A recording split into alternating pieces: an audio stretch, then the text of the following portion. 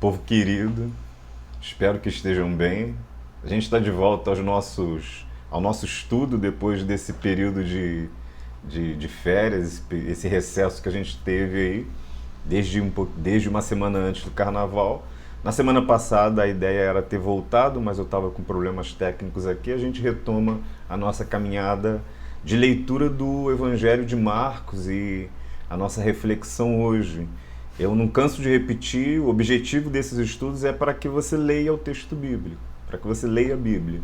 Sobretudo os evangelhos, para compreender quem é esse Deus que fala conosco, quem é esse Deus que quer se comunicar conosco, quem é esse Jesus que se apresenta no texto.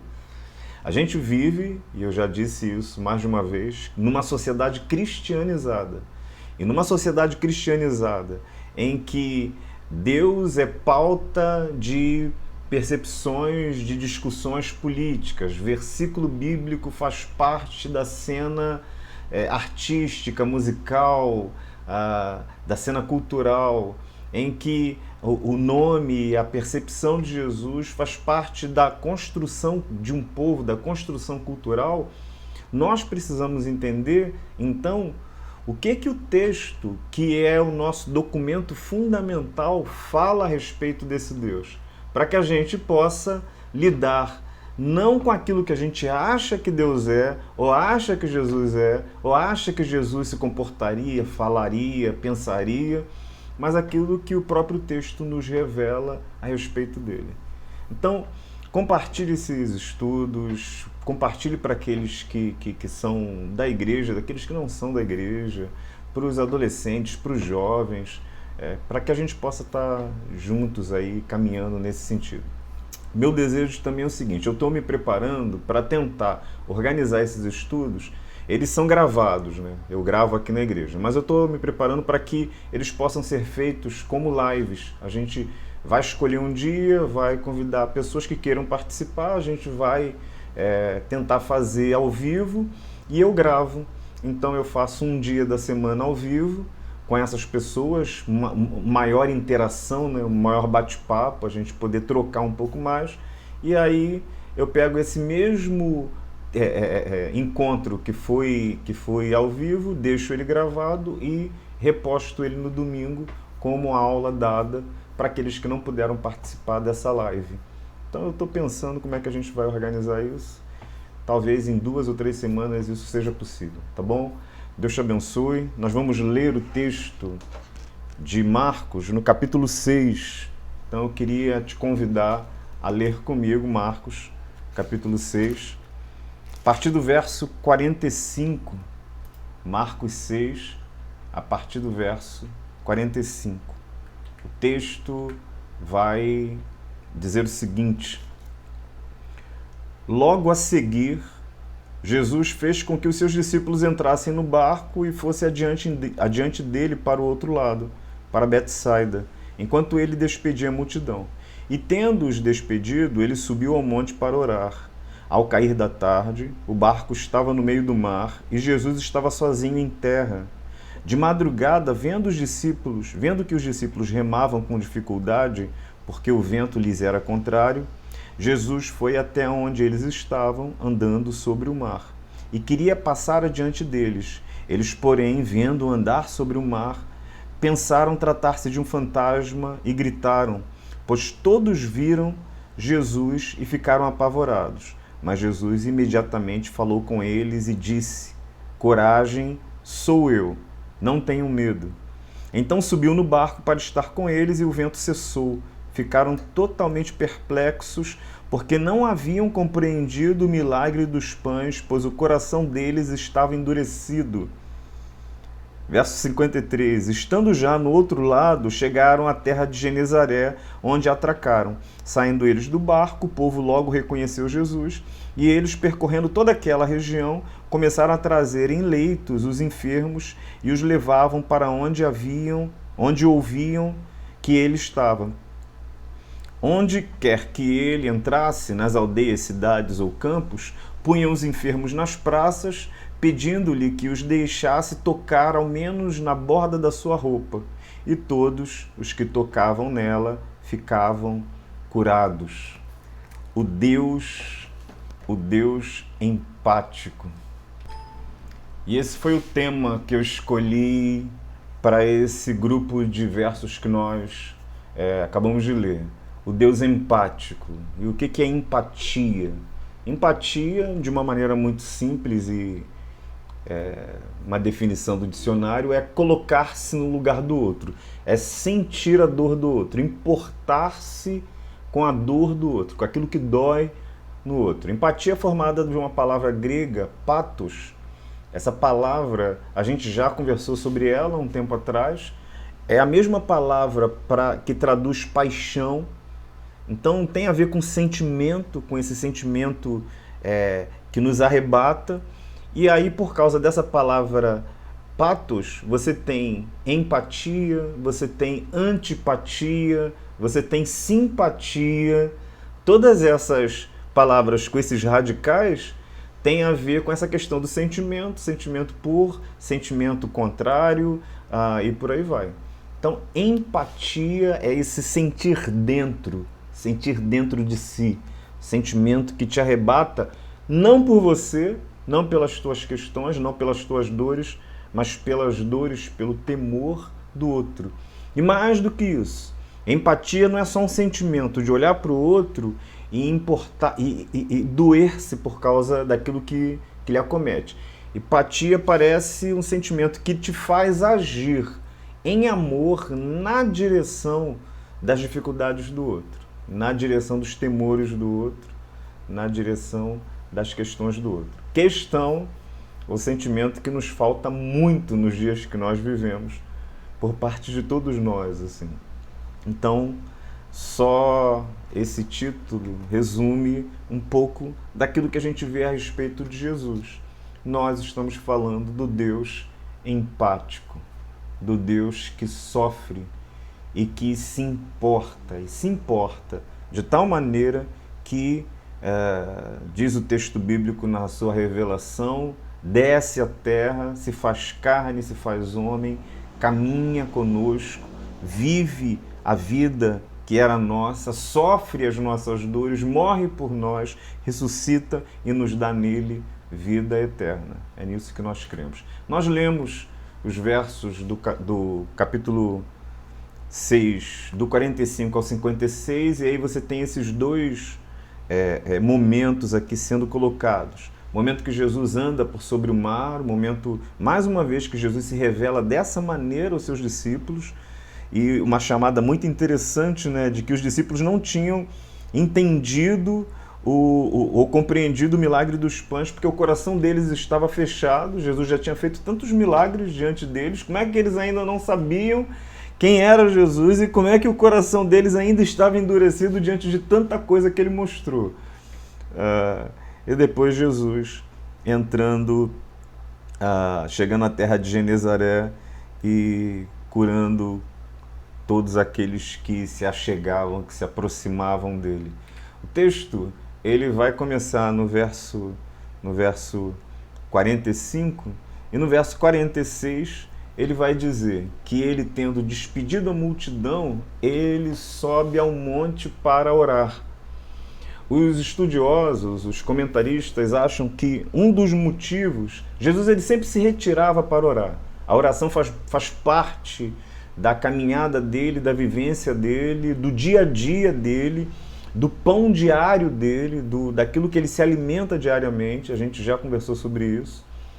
Mas os comentaristas acham que um dos motivos pelos quais, nesse momento, ele precisa se afastar dos discípulos, ele precisa se afastar da multidão, ele precisa se recolher um pouco, dizia respeito à pressão que ele já sofria em relação à multidão. Os milagres dele já tinham repercutido de uma maneira muito, muito grande em toda a região. A gente sabe da atenção que atraiu dos religiosos e da atenção que atrai a multidão. Aonde ele vai, aonde ele está, se aglomeram pessoas, evidentemente porque ele tem para oferecer aquilo que elas querem. Ele tem para oferecer a cura, ele tem para oferecer o pão. Então, depois do milagre da multiplicação dos pães, aqui conforme João 6,15, se você quiser acompanhar, o povo vai fazer uma pressão sobre ele. Então, João 6,15, no milagre da multiplicação dos pães, o verso 15 vai dizer: Jesus ficou sabendo que estavam para vir com a intenção de fazê-lo rei à força. Então ele se retirou outra vez sozinho para o monte. João, então, quando retrata esse mesmo episódio que a gente está lendo lá em Marcos, João dá esse tipo de detalhe. Diz que Jesus se retira para o monte quando ele fica sabendo que a multidão quer proclamar o rei à força. Então ele se afasta, o texto vai dizer que ele anda por sobre o mar e depois ele faz um discurso duro à multidão, porque é o discurso sobre o pão da vida. Ele é o pão da vida, e aí vale muito a pena você ler esse texto todo, capítulo 6, do verso 22 ao verso 71, onde ele fala que ele é o verdadeiro pão do céu, que ele é o pão que mata a verdadeira fome, que a multidão quer um pão que perece, que a multidão busca por algo que ele está dando, mas a multidão não compreende que o que ele tem para dar é muito mais do que aquilo que eles querem, o milagre que ele quer fazer é mais definitivo na vida deles, mas a multidão não se interessa por isso. Então ele traz palavras muito duras, ele diz que ele somente dará a eles aquele pão que mata a fome para todo sempre, não ficará alimentando a compulsão deles em relação aos milagres que eles querem que Jesus faça. Então vale muito a pena você ver e você ler esse texto todo nesse sentido, como Jesus tem colocado. E olha que coisa interessante, da maneira como Jesus ele vai lidar com essa situação em relação à multidão. Ele se retira da cena, ele vai para a oração, se coloca diante do Pai, diante daquela pressão em relação ao lugar dele.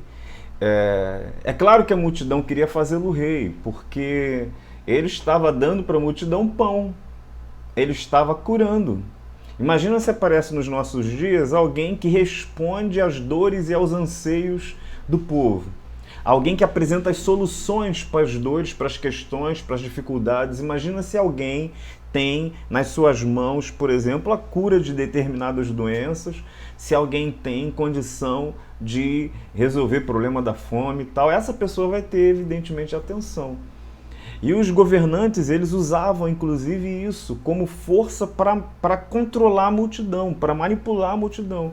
A gente conhece na história da humanidade a maneira como Roma foi lidar também com as multidões, evidentemente com a força, mas também oferecendo o pão e o circo. Vocês lembram dessa expressão, pão e circo, quando Roma oferece pão à multidão faminta, mas também os jogos que aconteciam dentro das arenas, dentro do Coliseu, dentro daqueles ambientes ali, para entreter a multidão. E era um jeito dos governantes se colocarem, deles se manifestarem diante da multidão, e era um jeito de manipulá-la também. A gente sabe que no jogo político, inclusive, existe muito esse toma lá da cá, né? Esse movimento. A gente conhece diversos candidatos que, para cair no gosto do público, eles começam a oferecer coisas gratuitas, tentar resolver necessidades, tentar se colocar como alguém que pode resolver alguma coisa que está ali. À medida que ele vai sendo esse nome, que as pessoas vão olhando e vai falando, poxa vida, ele está preocupado com a gente, ele está resolvendo o nosso problema, essa pessoa ela é colocada no lugar de destaque. O jogo político usa muito isso, esse movimento de poder. E é muito interessante que Jesus ele recusa esse lugar. Ele recusa esse espaço de poder e esse lugar de manipulação das pessoas pelas dores dela. Manipulação das pessoas pelas dificuldades dela. Se você colocar na igreja aqui uma placa, e a placa bem grande dizendo para as pessoas, pare de sofrer, venha para cá que nós resolveremos o teu problema. Imagina o seguinte, quem não tem problema nesse mundo? Seja problema de ordem física, de ordem emocional, sentimental, quem não tem problema? Tem tantos lugares que oferecem soluções, né? Trago a pessoa amada em tantos dias. Se você foi despedido, vem para cá que a gente vai fazer alguma coisa para você arrumar um emprego. Então, se eu boto uma placa lá, escrito pare de sofrer, isso vai atrair a atenção das pessoas. E se eu, efetivamente, conseguir fazer algum tipo de movimento que as pessoas creiam que de fato eu tenho poder para fazer com que elas parem de sofrer, isso pode iludir, isso pode manter presa aquelas pessoas àquilo que eu posso fazer, a mim, ao meu poder, ao meu movimento. Jesus, ele recusa esse lugar. Ele recusa o lugar da manipulação, ele recusa o lugar do poder e desse tipo de poder que faz com que as pessoas agora sirvam e venham como uma espécie de escravas aquilo que eu posso fazer. Ele recusa esse espaço. E ele recusa aquilo que a multidão tenta fazer dele. Porque há um jogo, né? As pessoas, elas querem manipular a multidão, mas elas querem também essa força da multidão para se colocar em determinado lugar. Jesus recusa esses espaços aí. E aí diz o texto que ele se despede da multidão, ele sai do olhar da multidão e ele também se despede dos discípulos para orar ao Pai. Então, de novo eu reafirmo que a oração para Jesus não é um guichê de pedidos. A oração para Jesus não é um espaço de queixas, de murmurações para que Deus resolva os problemas dele ou para que Deus faça aquilo que está no coração dele, Jesus. Mas a oração de Jesus é um lugar de encontro com Deus. É um espaço de relacionamento com o Pai. É um espaço que ele suaviza as suas dores, que ele tira os seus temores, as suas possíveis ansiedades.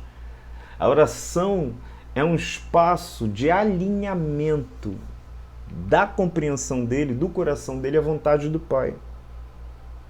Porque existe uma vontade do Pai, existe um propósito dele.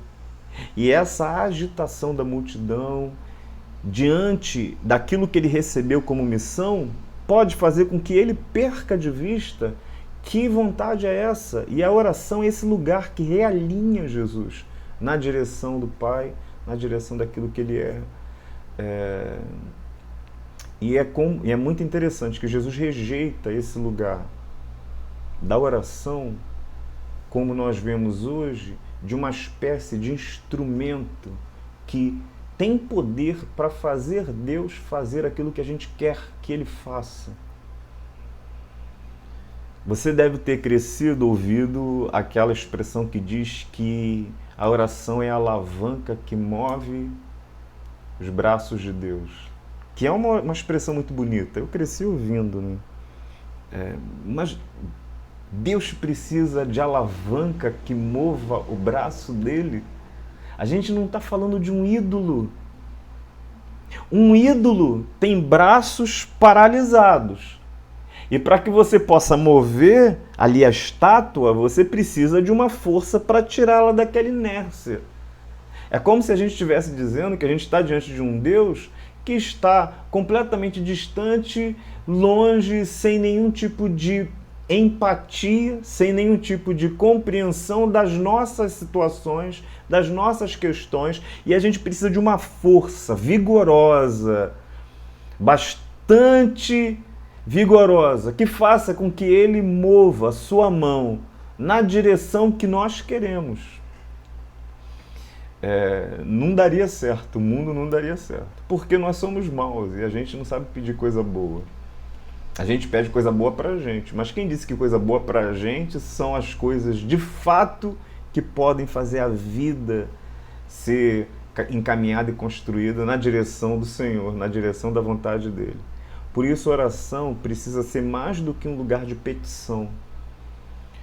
É claro que a gente leva as nossas dores, a gente leva as nossas urgências, a gente leva as nossas petições, a gente leva as nossas tristezas, as nossas lágrimas, a gente leva para o Senhor. A gente leva aquilo que nos preocupa, mas oração precisa ser um lugar que você aprenda a aquietar a tua alma.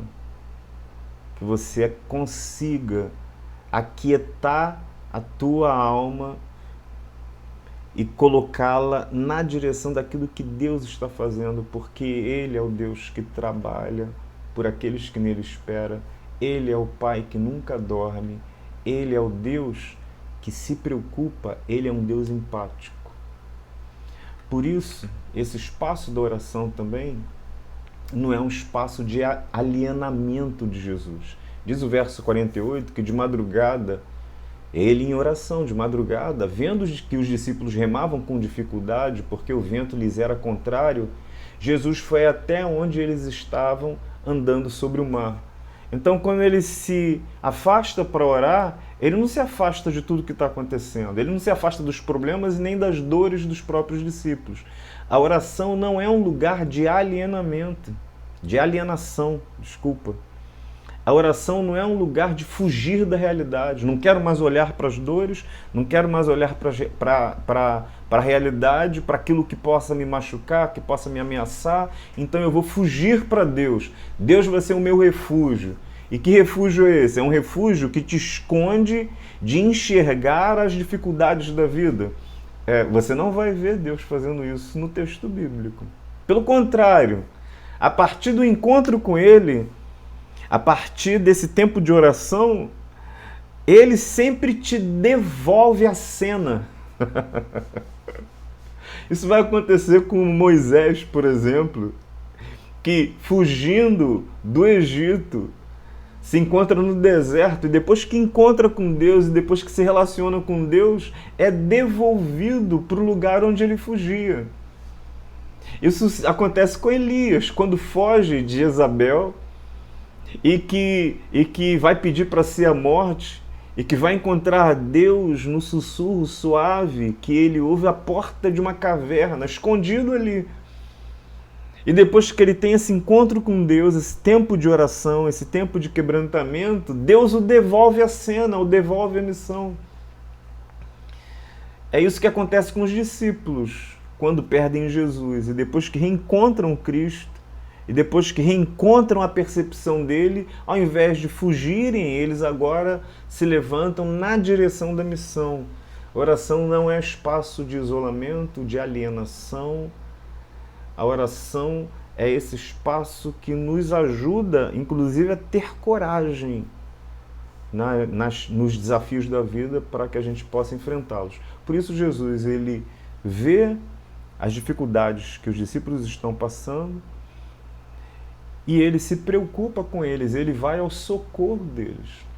Não é uma cena montada para ser um teatro, é uma realidade pela qual eles estão vivendo, estão passando. Jesus, e a gente não tem os elementos de como ele viu, de que maneira ele viu, mas o texto diz que ele viu, e ele vai andando na direção deles, andando por sobre a água.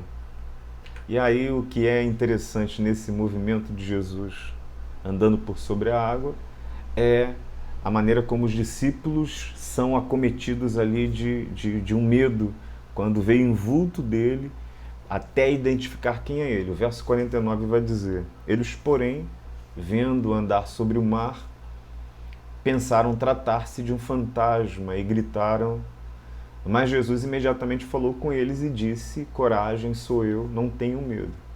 Então era comum nos povos antigos as superstições, as crendices e outros costumes populares. E quando a gente vê esses textos ao longo da caminhada bíblica, a gente vai percebendo que a Bíblia acaba por fazer uma espécie de desencantamento do mundo. O que é isso? É tirando essa percepção de superstição, essa percepção de coisas encantadas. A Bíblia, e na leitura dela, você vai perceber que na nossa compreensão não existem outros deuses, segundo a compreensão que a gente vai ter da leitura do texto bíblico todo. Ainda que no Antigo Testamento, o povo que ali estava ainda vivia numa realidade em que se compreendia que Deus existia, mas que outros deuses poderiam existir, outros deuses menores ou que rivalizavam com esse Deus. O Novo Testamento vai nos deixar claro que só existe um Deus. E o Novo Testamento vai nos deixar claro que esse é o grande poder que governa toda a história, todo o universo.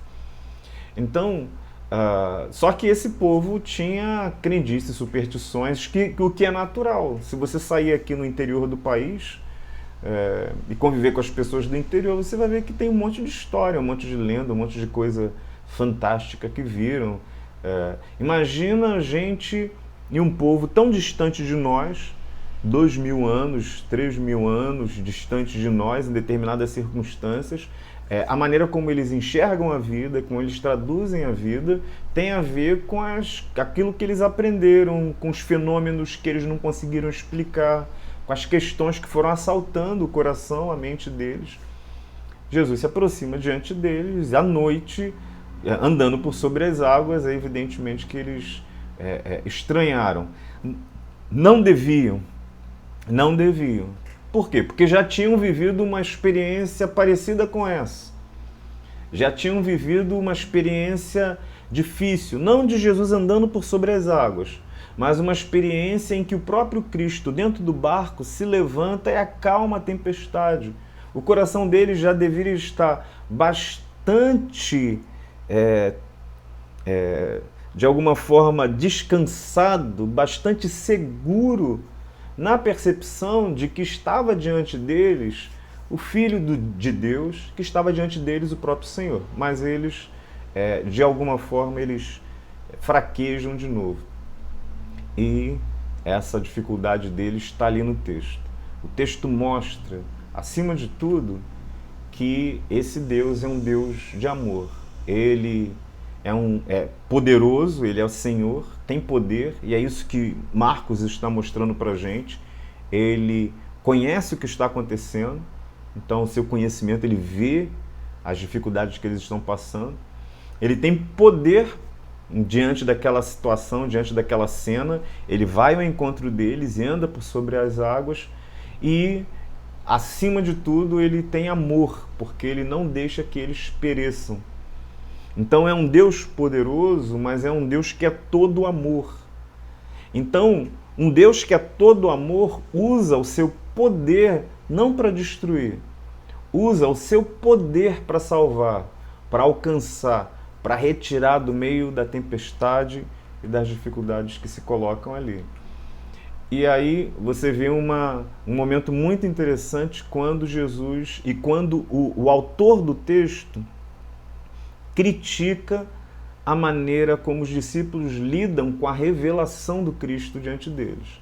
Verso 51 está dizendo: então subiu no barco para estar com eles, e o vento cessou. Eles, porém, ficaram totalmente perplexos. Aí o autor, Marcos, vai explicar. Porque não haviam compreendido o milagre dos pães, pois o coração deles estava endurecido. Parece que essa questão da dureza do coração dos discípulos, da dureza do coração do povo, da dureza do coração dos religiosos, sempre apareceu e sempre aparece naquilo que Jesus vai confrontando eles. A gente já falou, inclusive, sobre isso, né? Esclerocardia. Lembra da palavra? Esclerocardia, dureza de coração.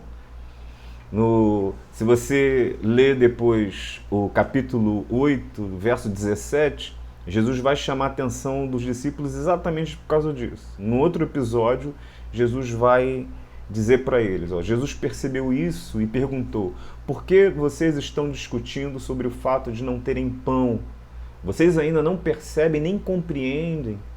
Têm o coração endurecido? De novo, Jesus chama a atenção deles. Discípulos parece que são homens de pouca fé, homens tardios em crer.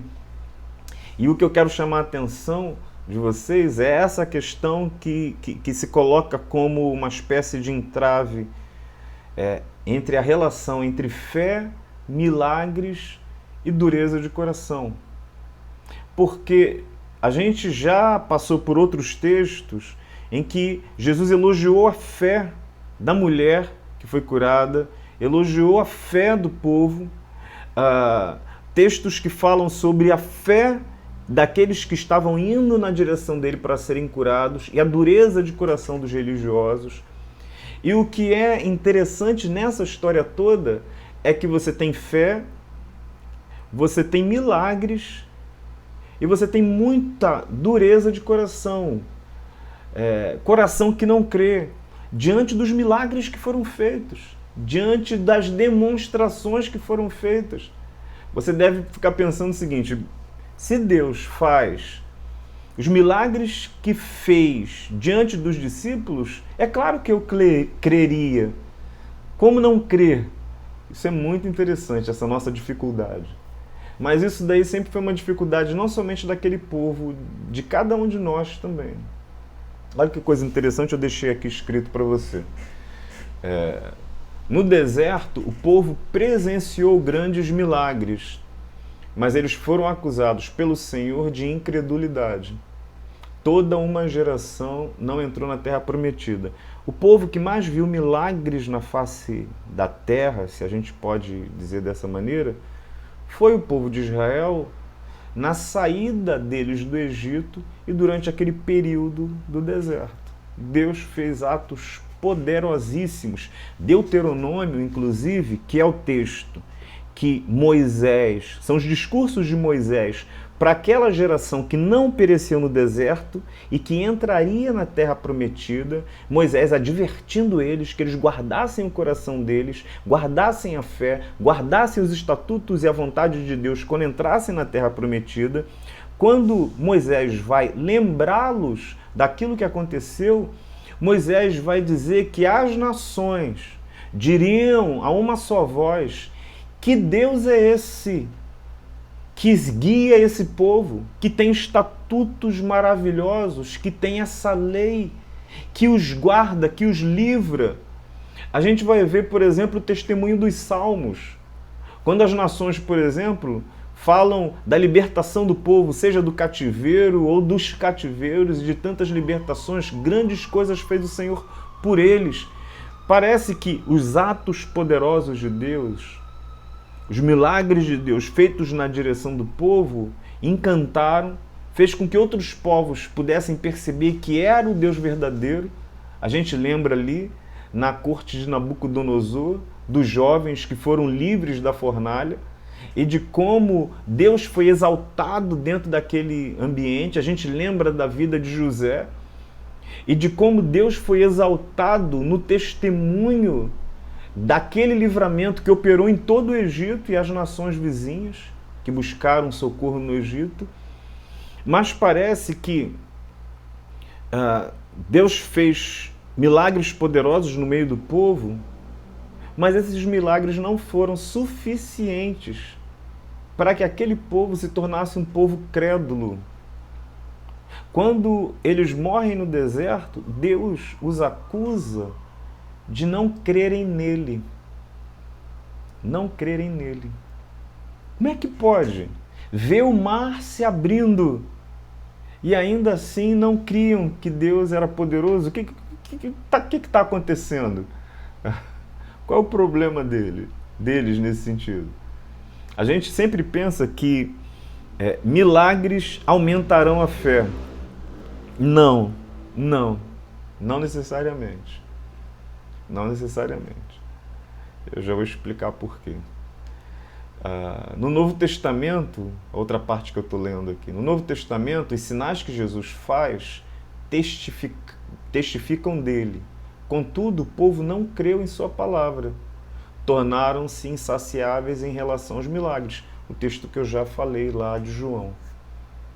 A única finalidade do milagre no texto bíblico é ser um sinal do reino, um sinal da presença, um sinal do amor, um sinal da empatia de Deus.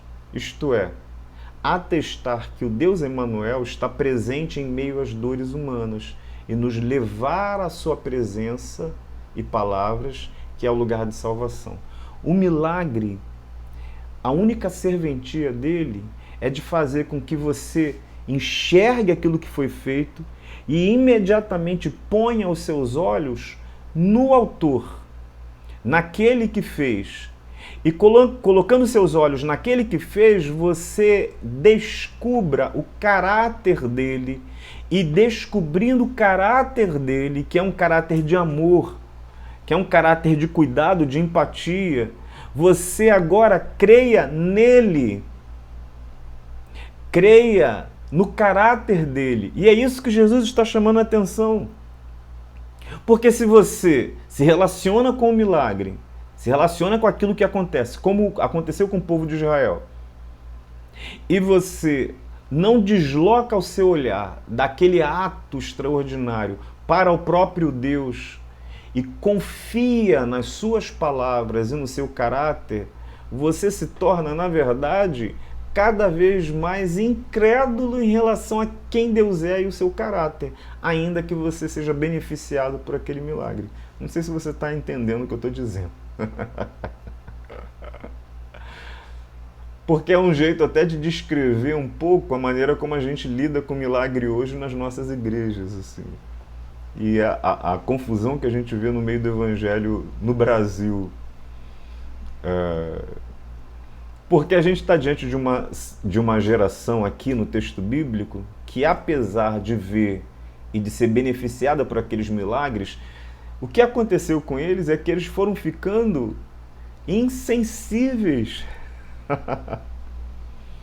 e foram ficando insaciáveis. Começaram a chegar para Jesus e falaram o seguinte: faça-nos mais um milagre para que a gente possa crer. Faça-nos mais um sinal. Multiplique mais pães, faça alguma coisa mais. Por quê? Eles estavam encantados com o poder. Eles estavam encantados com aquilo que saía da força deles, com aquilo que era extraordinário. Mas eles não conseguiram deslocar os olhos deles para aqueles sinais exuberantes para pôr os olhos em Jesus. É como se Jesus acalmasse a tempestade e a gente visse que ele era poderoso. O que a gente precisava agora fazer? A gente precisava agora crer que se ele tem poder para acalmar a tempestade, eu posso confiar nele, eu posso confiar no caráter dele.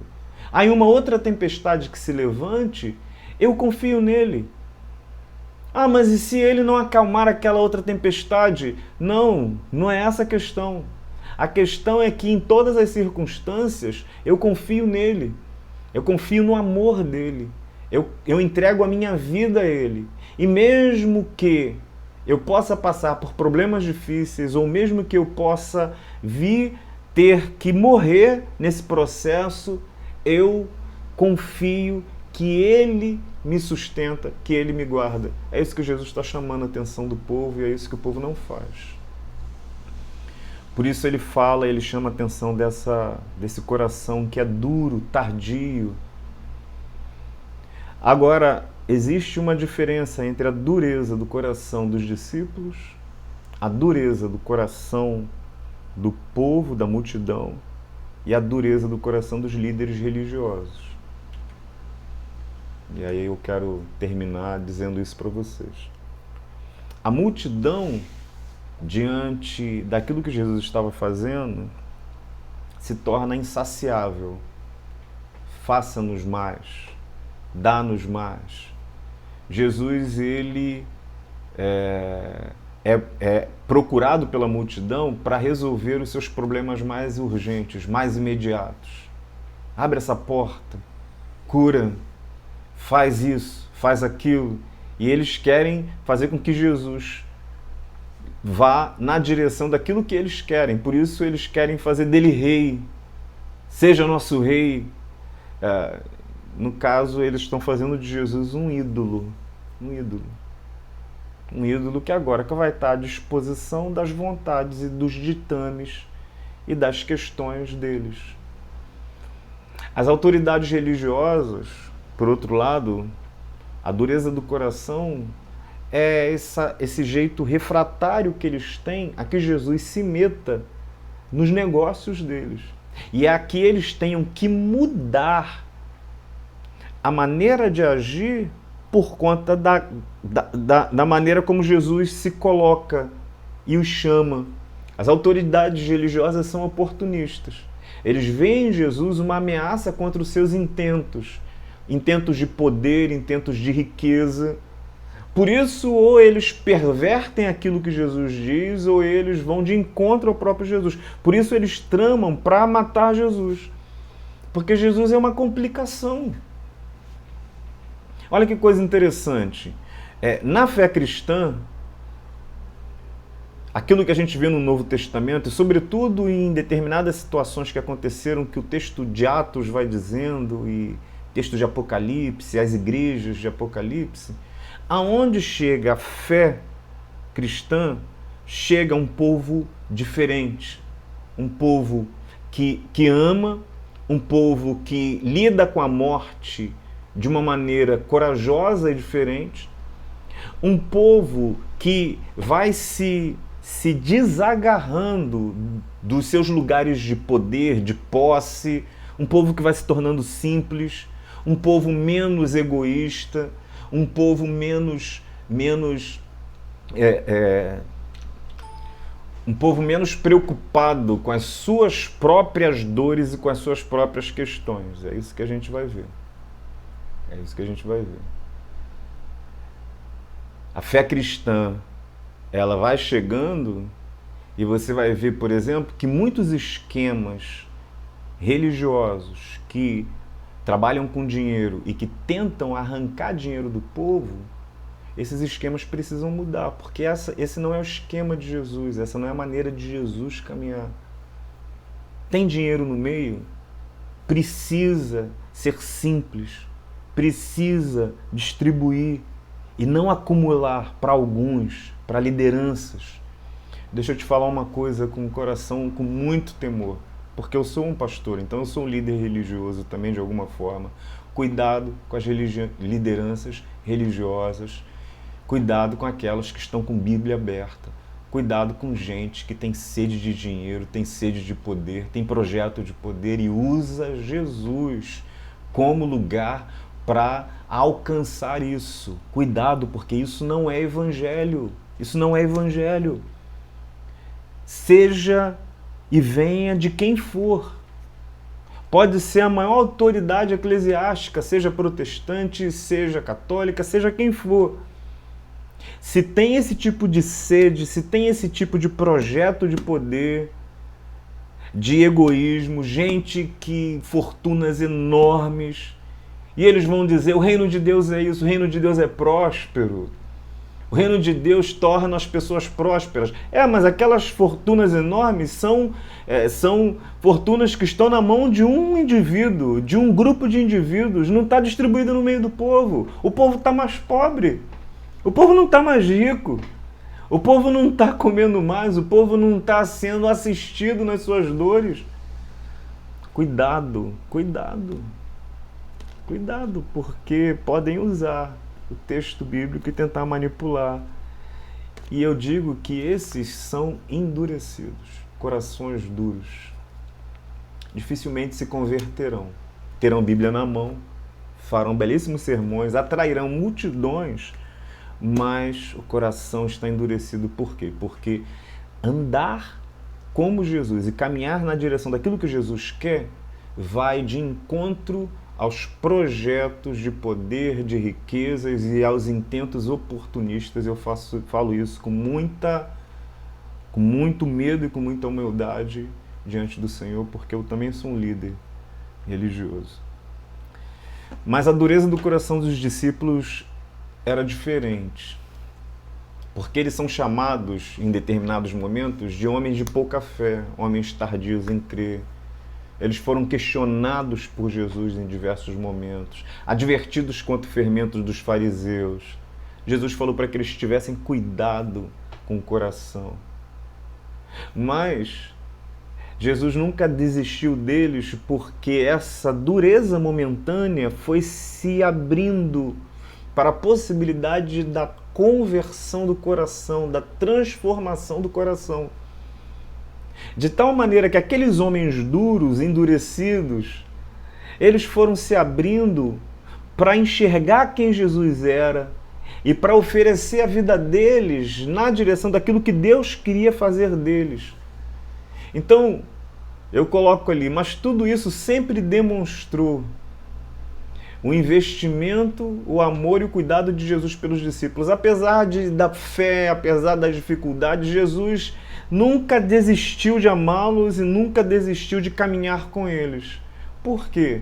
Porque a dureza de coração deles não os levou para longe de Deus e nem de Jesus. Eles se permitiram tocar e tocados que foram quebrantados pelo Pai, tiveram a sua vontade confrontada pela do Pai e foram homens que experimentaram um novo nascimento, uma transformação.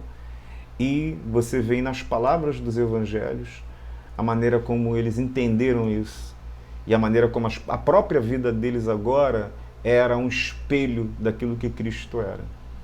Deixa eu dizer para você o seguinte: se para aqueles discípulos duros de coração, tardios em crer, supersticiosos, Jesus houve solução, Jesus os ama, os investe de responsabilidade, caminha com eles. Se há esperança para eles, se houve esperança para eles, há esperança para mim e para você, sabia? Que bom que aqueles homens não foram homens extraordinários no sentido de homens fora da história, mas que foram homens como eu e você. Se para eles tão duros, Jesus investe, Jesus cuida, os socorre, os ama e os envia, para mim e você, a história não terminou. Deus ainda quer fazer alguma coisa para que os nossos corações se tornem menos de pedra e mais de carne. Que Deus possa abençoar a tua vida e que esse Deus que ama, que esse Deus empático possa conduzir os seus passos e que você possa estar muito atento àquilo que Ele quer fazer contigo e através de você, segundo a vontade dEle. Vamos orar.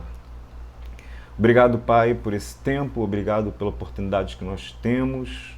Peço pelo povo querido, espalhado por tantos lugares, aqueles que sofrem, aqueles que estão doentes. Peço por esse momento, essa pandemia, pelas autoridades eclesiásticas do nosso país, pelas autoridades políticas do nosso país, pelas autoridades civis. Dá que o coração deles possa ser tocado, invadido, quebrantado por um outro tipo de temor, por um outro tipo de interesse. E que esse país que foi cristianizado, que tem a cultura cristã como o seu lugar de entendimento, possa compreender que há um conteúdo naquilo que Cristo é, que nós não podemos ficar longe, com o risco de usarmos Jesus somente como um ídolo, somente como alguma coisa externa e não algo que transforme de fato as nossas condutas, os nossos olhares, a nossa fala, o nosso coração. Guarda-nos em paz, guarda o teu povo, eu te oro no nome de Jesus. Amém. Amém. Deus te abençoe.